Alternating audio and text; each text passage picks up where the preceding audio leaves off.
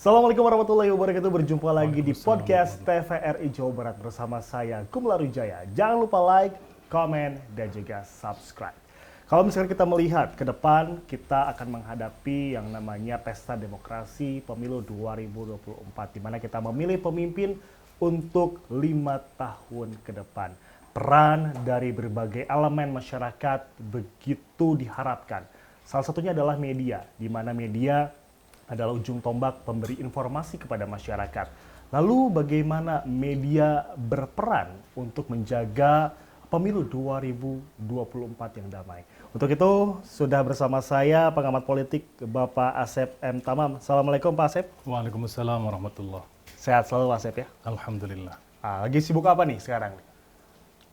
Ya selain mengajar, karena saya ASN, juga bergerak dan menggerakkan. Bergerak, saya senang menulis dan juga menggerakkan berbagai elemen di Tasikmalaya untuk menulis. Baik, berhubungan dengan menulis pasti berhubungan dengan media Pak Asep ya. Kalau misalkan kita lihat media sekarang perannya sebesar apa sih? Kalau misalkan kita lihat kalau misalkan pemilu yang lalu gitu ya, media ini menjadi alat perang untuk bisa saling menjatuhkan satu sama lain. Kalau misalkan di mata Pak Asep sebagai pengamat politik, untuk tahun politik sekarang, bagaimana peran media? Ya manusia itu haus akan pengetahuan. Terutama di zaman sekarang ya, begitu derasnya informasi sehingga bukan hanya buku, bukan hanya objek baca seperti dahulu, sekarang ini begitu banyak. Dan hari ini bahkan kecenderungannya media itu sudah melampaui keadaannya dari jauh-jauh sebelumnya. Artinya dulu itu katakanlah media, wartawan itu senangnya untuk meliput. Beberapa lama kemudian dihasilkan berita yang luar biasa lah gitu dengan data dan lain. Hari ini kita butuhnya kepada media instan, di mana hari ini terjadi secara langsung, hari ini terjadi langsung kita terima informasinya. Dan tetap saja kita, masyarakat Indonesia, masyarakat dunia itu harus bersahabat dengan media.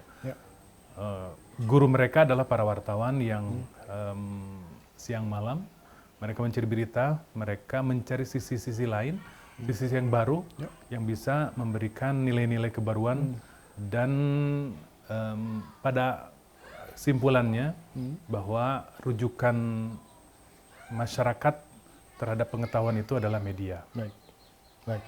Tadi sempat saya singgung sedikit mengenai media di tahun-tahun belakang, katakanlah 2019 menjadi salah satu senjata bagi pendukung masing-masing kubu. Kita sempat dihadapkan dengan fenomena cebong kampret. Kalau misalkan di tahun 2024 sendiri, ini apa yang memang harus diperhatikan oleh masyarakat, terutama peran media sendiri? Ya, media itu seperti politik lah gitu. Politik itu memiliki dua unsur. Yang pertama, politik itu membangun, mencipta, mempersatukan, membersamakan gitu. Tetapi juga politik bisa memanas-manasi, membuat perpecahan, menghancurkan, membuat perang dan lain-lain. Itu politik ya. Media juga sama. Media juga memiliki dua sisi itu. Nah, pada ujungnya kita berharap bahwa media itu apapun bentuknya, apapun platformnya itu menjadi sesuatu yang bisa membangun, mempersatukan, membersamakan, mencipta peradaban, dan membuat masyarakat menjadi mengerti, paham, cerdas, pinter, dan berperadaban. Kalau misalkan kita lihat lah, realitas sekarang ini bahwa media, ada beberapa media yang memang secara vulgar ini memihak kepada katakanlah salah satu pasangan calon. Bagaimana Bapak melihat? Ya, ini sebetulnya adalah kegeraman masyarakat, termasuk juga pertanyaan, apakah ini boleh atau tidak? Apakah ini akan tetap dipelihara, dirawat, atau harus ini dihentikan? Di mana media yang seharusnya memiliki independensi, netralitas, imparsialitas, kemudian menjadi corong, menjadi alat kepentingan yang nyaris tidak bisa untouchable lah, tidak bisa disentuh lewat manapun gitu. Nah, masyarakat bertanya ini apakah akan dibiarkan? Karena memang secara tidak langsung ini memberikan efek negatif, di mana masyarakat menjadi terpecah, terbelah, yang kemudian juga masyarakat menjadi bimbang apakah memang tempat kita mendapatkan informasi itu akan tetap memiliki integritas, memiliki validitas yang tinggi, atau memang menjadi alat kepentingan bagi kepentingan-kepentingan politik tertentu. Saya kira kita butuh untuk menyamakan persepsi. Dewan Pers juga harus memberikan klarifikasi karena apakah ini benar atau tidak, boleh atau tidak. Kemudian juga Komisi Penyiaran juga harus bersikap apakah memang ini selama ini masih berada di garis boleh atau menuju ke garis yang abu-abu, yang bahkan hitam, dilarang atau apa. Tetapi tentu ini juga perlu dukungan, desakan dari masyarakat bahwa ini ada sesuatu yang membuat mereka tidak nyaman. Meskipun memang pada kenyataannya ada media yang corongnya ke sini, ada media yang corongnya ke sana gitu. Tetapi mungkin kalau pedomannya ya tentu adalah undang-undang ya, Undang-Undang Pers nomor 40 1999 atau misalkan Undang-Undang Penyiaran gitu, nomor 32 2022. Apakah di sana ada seperti apa yang kalau tidak salah ya DPR sedang mengurus ya tentang Undang-Undang penyiaran, apakah nanti akan seperti apa? Yang jelas kita masyarakat butuh kepastian apakah memang bolehkan saja atau memang dilarang, buat aturan yang tegas sehingga media bisa betul-betul menjadi barometer tentang kedewasaan atau maturitas politik publik lah. Karena demokrasi yang kita bangun ini perlu sampai kepada muaranya, yaitu pencerdasan. Masyarakat yang cerdas, masyarakat yang tidak membohongi, masyarakat yang tidak bisa dibohongi. Nah, sejauh ini meskipun memang kita melihat ya bahwa sumbernya sih dari media penyiaran ya, terutama adalah televisi. Tetapi dari televisi kemudian turun ke YouTube, turun ke media sosial, turun ke media-media platform pribadi misalkan. Nah, di situ mungkin pengaruh efek yang lebih ya bagi masyarakat. Apakah parsialitas atau keberpihakan itu kemudian mengarah kemana? Tetap saja hari ini kita melihat televisi dalam hal ini masih menjadi kiblat, masih menjadi rujukan pertama yang kemudian diambil potongan-potongannya, kemudian dibuatlah dengan teknologi yang luar biasa sampai kepada masyarakat, sampai kepada kita dengan warna dan wajah yang berbeda-beda. Intinya gitu. Jadi beberapa elemen, beberapa lembaga yang menangani hal ini sudah saatnya untuk memperlihatkan, menampakkan diri. KPI, Dewan Pers dan lain-lain. Katakanlah untuk Black Campaign dan lain-lain sudah diatur oleh Bawaslu tentang bagaimana peraturannya selama masa kampanye. Namun memang berbalik seperti tadi bahwa ada beberapa media yang memang vulgar untuk bisa mengedepankan salah satu pasangan calon. Ini berarti aturannya tidak cukup menggigit kah untuk para pasangan calon atau mungkin media sendiri? Ya, meskipun undang-undang politik, undang-undang pemilu itu di Indonesia itu termasuk undang-undang yang paling dinamis, jadi mana dari tahun ke tahun itu potret tentang politik Indonesia itu kan berubah-ubah, sehingga memungkinkan undang-undang itu berkembang, mengalami penyempurnaan, perubahan dan lain-lain. Tetapi dalam hal ini ya kita masyarakat juga butuh kepastian tentang apa yang dipertanyakan tadi. Jadi memang para politisi bagi saya gitu adalah mereka-mereka yang telah memiliki pengalaman hidup yang lebih.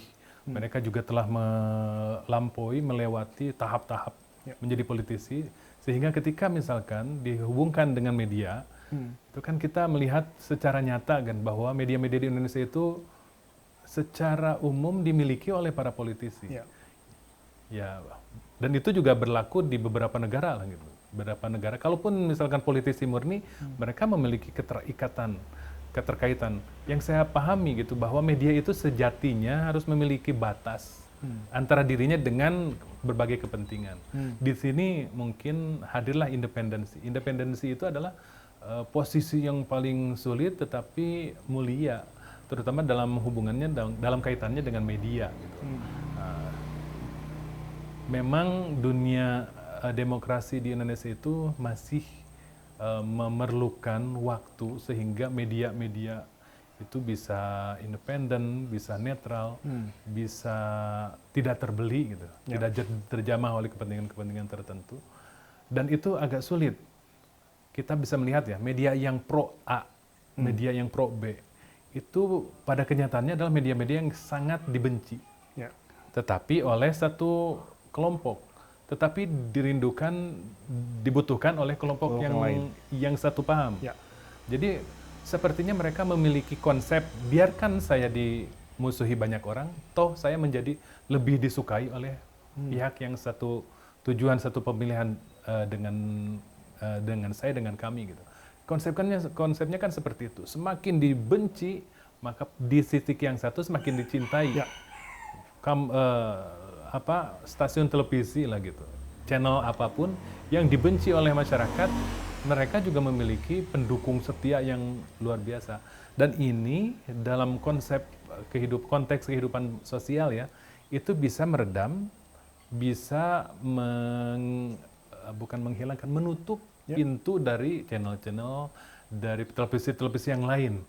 Nah, itu kita melihat misalkan ya, kenapa hari ini beberapa partai itu melempem, bahkan kemungkinan terdegradasi. Di antaranya karena minim pemberitaan. Betul.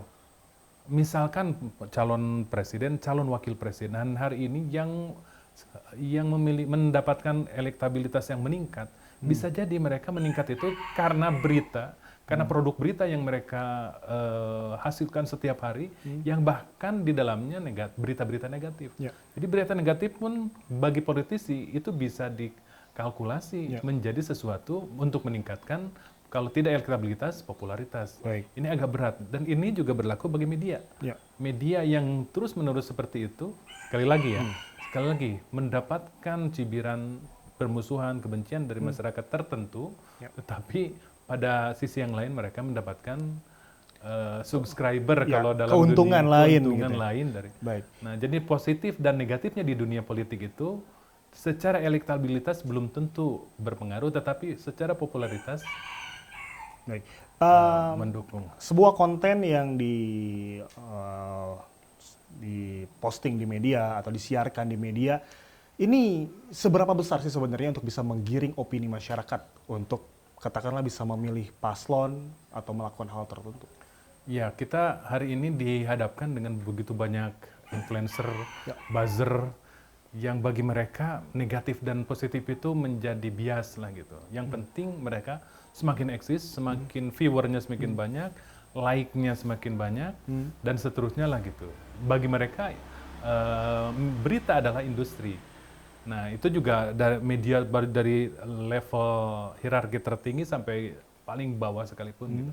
Kita hari ini dihadapkan dengan dunia di mana menjadi abu-abu antara mana ini benar, mana ini salah. Yang terjadi adalah bahwa subjektivitas dunia politik sekarang ini semakin runyam ya. Nah, di titik inilah kemudian kita berharap hadirlah media-media penengah, hadirlah tokoh-tokoh penengah, hadirlah lembaga-lembaga penengah, hadirlah elemen-elemen yang tanpa kita sadari memberikan ruang baru, ruang tengah gitu, yang menyampaikan bahwa ini benar, ini salah, bahwa ini perlu diluruskan, ini tidak. Karena di dunia politik dengan subjektivitas yang sangat-sangat kental, ya bisa jadi yang benar menjadi salah, yang salah menjadi benar. Bahkan misalkan ketika media penyiaran, radio atau televisi lah, televisi atau radio gitu, itu memproduksi berita-berita seperti apa yang kemudian misalkan media hari ini tercatat dalam pandangan masyarakat bahwa ini pro ke ini pro ke itu, dan menurut undang-undang ini tidak boleh, misalkan menurut undang-undang tidak boleh, menurut aturan tidak boleh, tetapi dibiarkan karena di dalamnya ada kepentingan-kepentingan, ada juga kekuatan-kekuatan, misalkan karena di dalamnya pemiliknya misalkan politisi, atau bukan politisi tetapi terhubung secara kuat dengan politisi, maka dia dikhawatirkan bahwa yang salah ini kalau terus-menerus dirawat menjadi benar. Baik.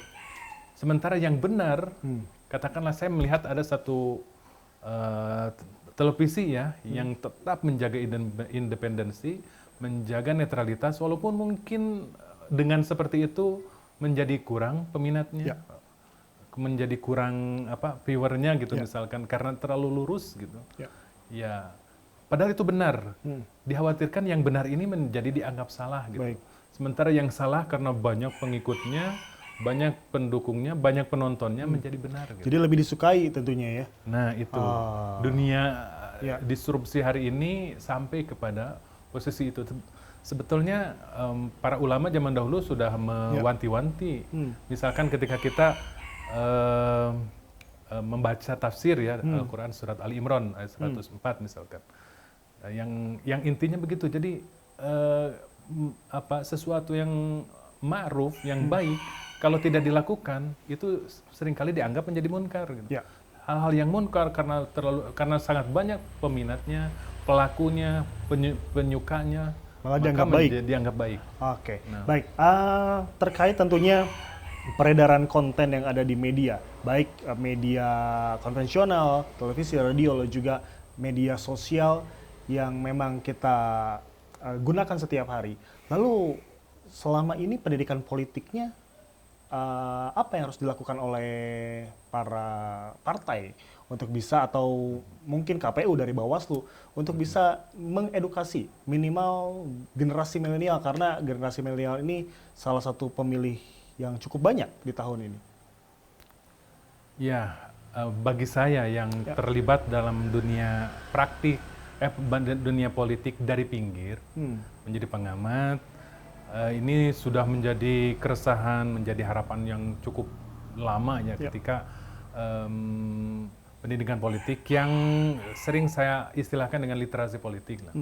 Literasi politik itu terus perlu digelorakan di sekolah-sekolah, bahkan di lembaga-lembaga yang diberikan kewenangan untuk mengurus dunia politik, KPU, Bawaslu. Kalau di kabupaten, di Kota Tasik, saya sering tekan ke Bawaslu Kota Kabupaten, KPU Kota Kabupaten untuk menyisihkan lah gitu waktu, anggaran, bukan hanya bagi hal-hal yang wajib, yaitu prosedur itu dari A sampai Z-nya supaya berjalan secara substansial gitu. Tetapi juga perlu ditekankan kepada mereka untuk melakukan hal-hal yang sunat. Bagi saya pendidikan politik bukan kewajiban mereka, tetapi ketika mereka melakukannya, bagi saya mereka sudah melakukan hal yang sunat. Nah, kita juga terus melakukan itu, apalagi saya masuk ke dunia politik sebagai pengamat politik itu dengan konsep dakwah. Karena yang diurus itu adalah yang mana yang benar, ayo kita pertahankan, ayo kita sampaikan. Kalau yang salah, ayo kita sampaikan itu salah dan kita lawan. Jadi konsepnya konsep seperti itulah gitu. Nah, maka ketika misalkan ada elemen, komponen yang menyuarakan tentang pendidikan politik, yang tentu saya berada menjadi makmum lah bagi mereka. Nah, di titik ini memang saya karena mengurus di Tasik itu namanya IPOSISTAS, Ikatan Pengurus OSIS Tasikmalaya. Saya membina mereka yang di kabupaten, yang di kota itu, mereka sangat merindukan Kemarin kami juga mengisi acara pendidikan politik di Kabupaten Tasikmalaya di hadapan hampir seluruh perwakilan dari sekolah-sekolah di Kabupaten Tasikmalaya, SMA, SMK, MA di Kabupaten Tasikmalaya. Di Kota Tasik belum, karena memang belum ada keinginan, belum ada juga undangan. Saya yakin sebelum Februari 2024 nanti kita melakukan hal yang sama lah gitu. Mudah-mudahan ini terjadi pada tanggal 18 Januari 2024. Kami juga akan berkumpul dengan semua elemen pelajar di Kota Tasikmalaya, ya, pelajar SMA, SMK, MA yang mereka kemungkinan besar merupakan satu dari 52% pemilih pemula. Jadi memang pemilih pemula ini menjadi objek yang paling penting untuk diberikan pendampingan, advokasi. Mereka juga yang seharusnya mendapatkan pendidikan politik pertama kali. Siapa yang melakukannya? Sebetulnya bukan hanya KPU, Bawaslu, elemen-elemen di luar itu, akademisi, para tokoh, tetapi yang paling penting menurut saya ya, pendidikan politik yang terpenting itu dilakukan oleh partai. Baik. Nah, tetapi itu selama ini masih mustahil. Karena konsep partai itu bagaimana tahun ini suara bertambah, tidak boleh berkurang, tidak boleh bertahan, bagaimana bertambah. Dan itu konsepnya kan konsep mau dengan cara halal, mau dengan cara syubhat, mau dengan cara haram, dengan angkatan darat, angkatan laut, angkatan udara, yang penting menang, yang penting perolehan suara lebih dari tahun-tahun sebelumnya. Nah, untuk itu saya juga pesimis kalau itu dilakukan oleh partai. Partai menyampaikan ini loh tempat-tempat yang pas untuk menyimpan APK, baliho gitu. Ini yang tidak boleh dan seterusnya. Nyatanya kan masih sangat banyak pelanggaran, kenakalan seperti itu. Nah, ini kalau itu dilakukan oleh partai, misalkan kepada mereka yang akan menyimpan, memasang alat peraga misalkan, ini yang tidak boleh, ini yang saya kira akan lurus. Jadi pendidikan politik itu pertama harus dilakukan oleh lembaga-lembaga terkait. Yang kedua adalah elemen-elemen masyarakat. Yang ketiga adalah partai, dan yang pertama yang utama adalah media. Baik, tentunya media memiliki peran yang begitu penting untuk bisa mensukseskan pemilu 2024 mendatang. Saya tadi tertarik dengan kata buzzer, di mana buzzer ini cukup satu mengganggu dari keamanan di media sosial, simpang siur berita itu semakin banyak. Lalu bagaimana pemilih muda, pemilih milenial ini bisa mengolah informasi yang benar dan yang juga yang salah yang berseliweran di media sosial? Ya, ini dunia kita demokrasi ya, demokratis. Buzzer juga merupakan bagian dari demokrasi. Tetapi perlu kita juga menyaring, mengolah bahwa tidak semua buzzer itu memberikan pelurusan misalkan terhadap informasi-informasi yang salah, hoax dan lain-lain. Tetapi nyatanya sampai hari ini kita melihat bahwa buzzer itu lebih dari 50% persepsi masyarakat terhadap buzzer itu negatif. Gitu. Ya, tetapi kan bagi mereka bukan urusan itu negatif dan positifnya. Buzzer itu kan bagaimana mereka pansos dari kasus-kasus, dari informasi. Mereka juga butuh hidup. Bahkan mungkin mereka mendapatkan sesuatu dari A, dari B, dan seterusnya gitu. Tetapi selama ini persepsi publik terhadap buzzer memang negatif. Nah, di titik itu maka ya kenapa misalkan hari ini kita melihat bahwa di media sosial kita sering masuknya ke jalur buzzer ya. Ya karena memang informasi yang mereka sampaikan itu melampaui sesuatu yang biasa-biasa saja gitu. Mereka nggak mau untuk menyampaikan, mendukung atau apapun bagi sebuah informasi, bagi produk informasi yang biasa-biasa saja. Nah, di titik itu kan mereka kemudian mendapatkan respon yang luar biasa. Meskipun mereka tahu bahwa ketika mereka menyampaikan sesuatu yang membenci mereka, komentar negatif itu mungkin 70-90%. Tapi semakin mereka direspon, semakin mereka besar. Nah, tetapi di titik itu ini dunia demokrasi ya. Artinya ini juga sama dengan media yang pro Baik. A, pro B gitu. Kalau ini tidak benar, perlu ada pelurusan-pelurusan. Jadi dunia demokrasi ini tentu membutuhkan upaya pelurusan-pelurusan yang kalau misalkan kita berpikir semua elemen itu berada dalam keberpihakan gitu. Ya. Kita bertanya kepada siapa lagi kita berharap terjadinya penengahan, pelurusan, pembenaran dan informasi-informasi yang salah gitu. Nah di titik inilah saya yakin dan tegas mengatakan media lah gitu. Baik. Apa yang Anda harapkan tentunya kepada media, terutama untuk satu menjaga netralitas, lalu juga yang kedua menjaga keamanan pemilu 2024. Idealitas media itu sejatinya ya berada pada fase di mana dulu itu kita belum sampai ke media sosial. Katakanlah kita sering menonton atau misalkan membaca ya, membaca liputan yang dilakukan selama 1 bulan. Ya. Hasil penelitian peliputan mereka kemudian menjadi sebuah berita yang luar biasa kan gitu. Kan sekarang ini sudah jarang kita mendapatkan itu gitu. Nah, idealitas media itu sejatinya berada pada fase di mana media sosial belum hadir hari ini. Nah, mengembalikan dunia itu ke dunia lama itu membutuhkan watak mental gambling gitu. Mau nggak kembali ke cara lama? Tetapi validitasnya tinggi, nilai-nilai kebenarannya juga bisa dipertanggungjawabkan. Apakah kemudian memilih pragmatis dengan memilih hal-hal yang instan, yang kalau dalam bahasa Sunda itu saayeunaeun, tetapi mendapatkan perhatian dan respon tinggi dari masyarakat. Nah, saya kira idealisme di media itu perlu ditingkatkan lah gitu. Baik. Yang selama ini mungkin ketika kita melihat stasiun televisi cenderung ke A, yang ini cenderung ke B, saya melihatnya ini adalah bentuk dari pragmatisme media. Baik, Pak Asep, tentunya saya ingin Pak Asep sebagai pengamat politik untuk ajak para masyarakat untuk bisa memilih dan jangan golput. Silakan Pak Asep. Ya, kita semakin kesini ya, semakin melihat dunia politik itu semakin dinamis.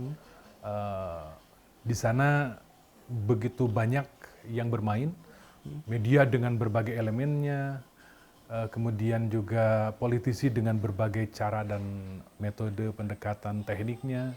Maka ayo masuk dunia ini, terutama generasi Z, generasi milenial, ayo masuk ke dunia ini, manfaatkan suara Anda, manfaatkan suara kita untuk menentukan pemimpin-pemimpin yang terbaik, bukan hanya yang terpilih tetapi yang terbaik. Kecenderungan-kecenderungan berpolitik kita, mari kita salurkan, apakah itu di tanggal 14 Februari atau nanti di tanggal 27 November, tidak ada yang golput. Negara telah memberikan fasilitas libur di hari itu, maka manfaatkan dengan liburan. Mari berpolitik dengan santai, berpolitik dengan gembira, berpolitik dengan bertanggung jawab, berpolitik dengan menyuguhkan hal-hal yang kalau saya menulis buku judulnya Politik Tak Seserius Itu. Baik. Jadi tidak harus terlalu tegang, tidak harus terlalu apalagi melihat perbedaan sebagai permusuhan. Kita menjalani dunia politik dengan berbahagia. Baik, terima kasih Pak Asep M. Tamam selaku pengamat politik sudah bergabung bersama kami. Sehat selalu dan tentunya jangan lupa like, komen, dan juga subscribe dan tentunya gunakan hak pilih Anda nanti di tahun 2024.